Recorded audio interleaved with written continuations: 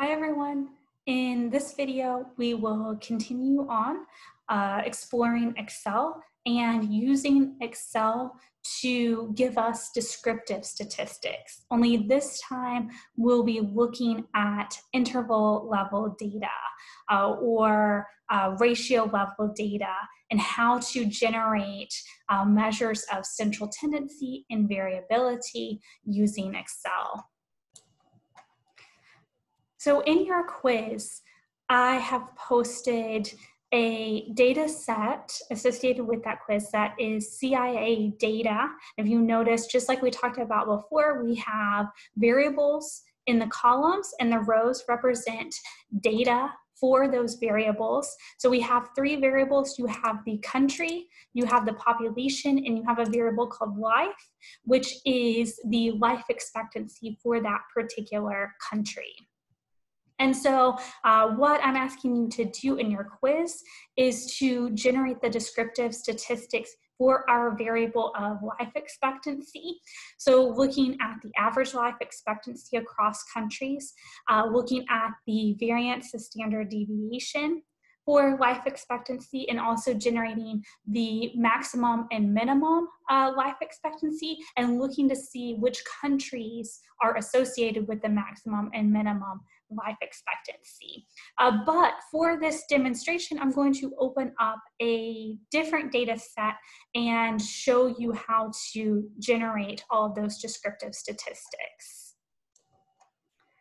So for our example or demonstration data set, I have our data of movies.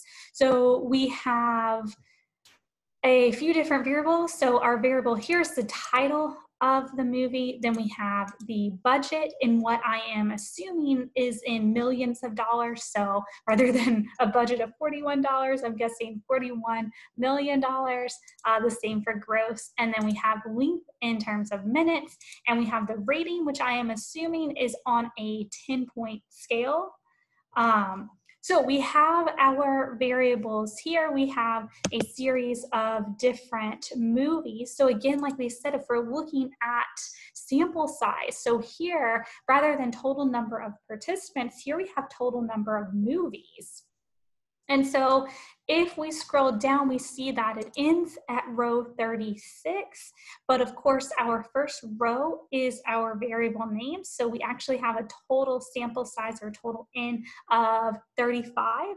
So we're looking at 35 different movies that I believe were all in the early 2000s or so. I'm not sure what went into the selection of these particular movies. In this data, I just looked and found an example data set online that we could use to go through some of these functions and formulas. So what we're going to do is first look at how we would generate these descriptive statistics using formulas in Excel, and then we are going to use the data analysis package, the data analysis tool pack add-on that is in Excel. So first, looking at our functions or formulas that we can use within Excel, just like we did before, I'm going to start out my formula with an equal sign. So I have just scrolled down here to the row just below my my data. And so I'm going to type in equal, and if I want to get my measure of central tendency, that is the average. So let's say that I want to know what is the average budget across these 35 movies. I'm going to type in equals average, and I'm going to give an open parentheses, and it's asking for the average of what, right? What data do I want it to include in this calculation of the average? And so I'm going to select all of my data here for budget. I'm going to close my parentheses, and I'm going to press enter. And so we see that we have an average budget of just over $74 million across our 35 movies. Now, if I wanted to also get the average for the gross earnings, the length, or the rating, then I could go through and type out my formulas in each cell or in each column here. But what I'm going to do is I'm going to see if I can just drag across. So I selected this, I clicked here in the bottom, and I'm just dragging across, and it's replicating my formula across all of these cells. But I want to go and make sure and double check, okay, is it including the right data? Yes, it seems to be in each of these, right, for each one. It's recognizing that I want it to calculate the average of the data in that particular column. And so we have, let's see, an average gross earnings here of 123 million. We have an average length of just over 119 minutes. And we have an average rating of 6.36 out of these movies. So this is our average or mean for a measure of central tendency. What I also want to get is the measures of variability. So, but before I get my measures of variability, let me actually get my median, because that can also be maybe something of interest given this data. So I'm going to type in equals, this time median, and I'm going to select my data. I'm going to make sure to exclude this row 37, because remember that was my average and it isn't actually part of the data set. So I'm going to select just the data that I want it to use and press enter. So we have a median budget of 68 million. So it's a little bit different from my average. I'm going to pull across and get the median for my other variables. So I have a median gross of 104 million, a median length of really close to what I got for the average, 119 exactly. And then also with the ratings pretty close. So a median rating of 6.7. So look in your textbook and in the notes about, kind of what it means when our average, our mean, and our median aren't the same. What that really tells us about the distribution of the data. And we'll talk a little bit more about that in later chapters. But for our purposes, I'm going to get some of our measures of variability or dispersion.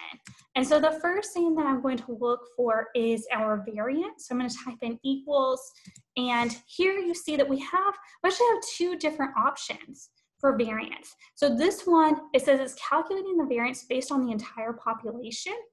And here it says it's calculating the variance based on the sample. And so what we've been doing so far is this top formula, so calculating it based on the population. And so if we want to go ahead and use that just to be consistent with what you would get if you wanted to do this by hand, as we've been doing it based on the formulas in your textbook. So I'm going to go ahead and click this. I'm going to, again, just select my data, being careful not to get my median and that sort of thing. So I'm going to close this, and okay, I've got a variance. Ooh, that's really high. So we have a variance of 2,821.15, but remember, right, how we talked about the variance, that may seem illogical compared to the average and the values that we have for our variable, but remember that this is in squared units.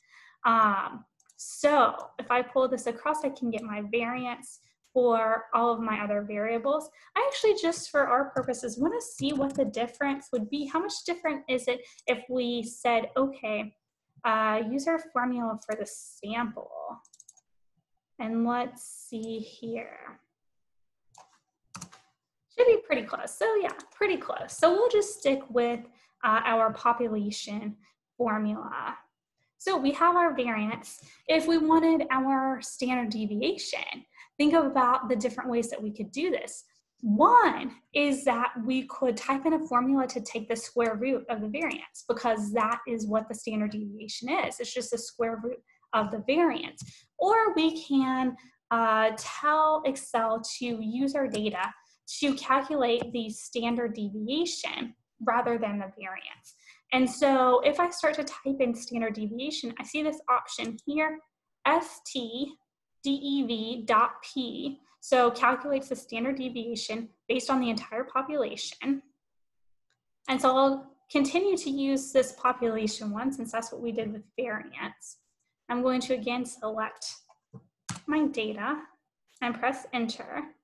I'm going to drag this across to get the standard deviation for my other variables. And so I have my average, I have my median, I have my variance, and I have my standard deviation. I can also look to see what is the max. So this returns the largest value in a set of values. So I'm going to say, all right, what is my max budget? And I'm going to look across to see max gross, max length, and max rating. And then I also want to get my minimum. So I'm going to type in equals, and I'm going to look at minimum here. I'm going to again select my data to see what was the minimum budget, only 4.5 million. The minimum earnings, only 5 million gross earnings. The length, only 81 minutes, and a rating of 1.9. So what I could do is I could look to see, okay, maybe this isn't really interesting to just know the number. Maybe I want to know what the movie is that's associated with that maximum value or that minimum value. And so one thing that I can do is I can type in Control F, and this will open up, and let's say that I want to know, here I want to find which movie had the shortest length.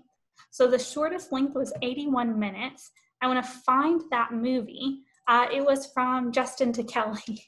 So a pretty short movie. Let's say that I want to know what had the lowest ratings of 1.9. I could find that. And it was also from Justin to Kelly. Let's see for our highest. What was the highest rated movie? I want to find the 8.6. I find next, that was Eternal Sunshine of the Spotless Mind. So I could look to see and report which movies were associated with these minimum and maximum values. It may be interesting to report in the descriptive statistics for your data set. So this is using formulas within Excel. So I'm going to delete these out for now because we'll look at a different method to generate these descriptive statistics.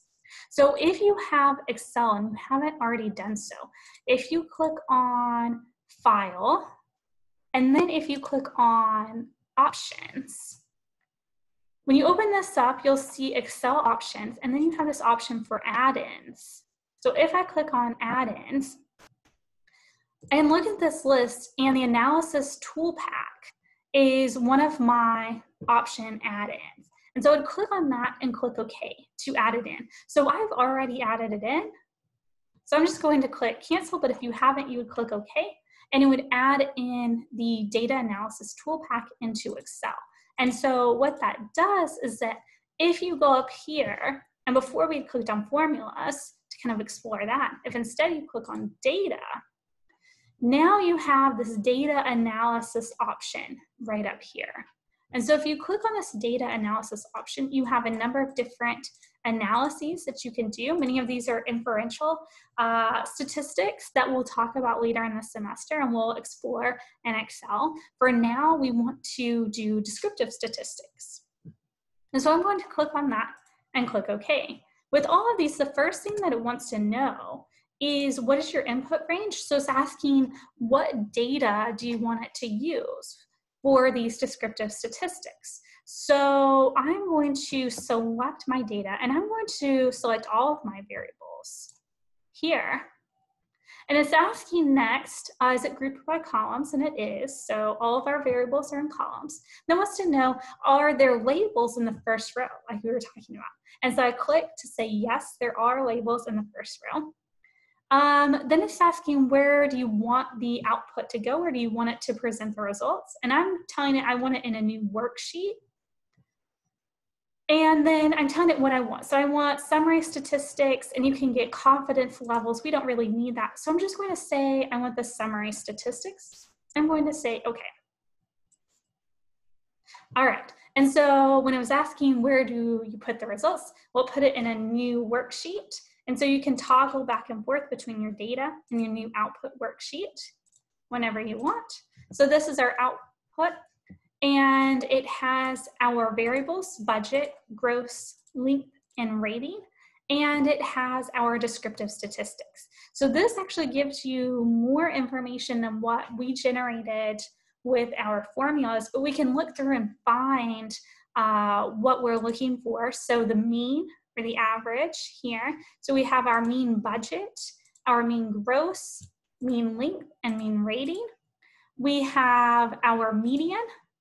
Here it's also giving you the mode, and we have our standard deviation. Here we have our sample variance. So again, we use a population variance. This is a sample variance, but that's fine too. And then we have our range, our minimum, and our maximum value. And this count here, if you notice, this count is actually telling us how many total participants in most data sets, but here, how many total movies we have in our data set. And so we said, well, we had a total in of 35. So this is what this count is telling us, that for each of these variables, we have a total in of 35. And so you can look through all of this output and pick out the variables that you want to use and the variables that you want to report.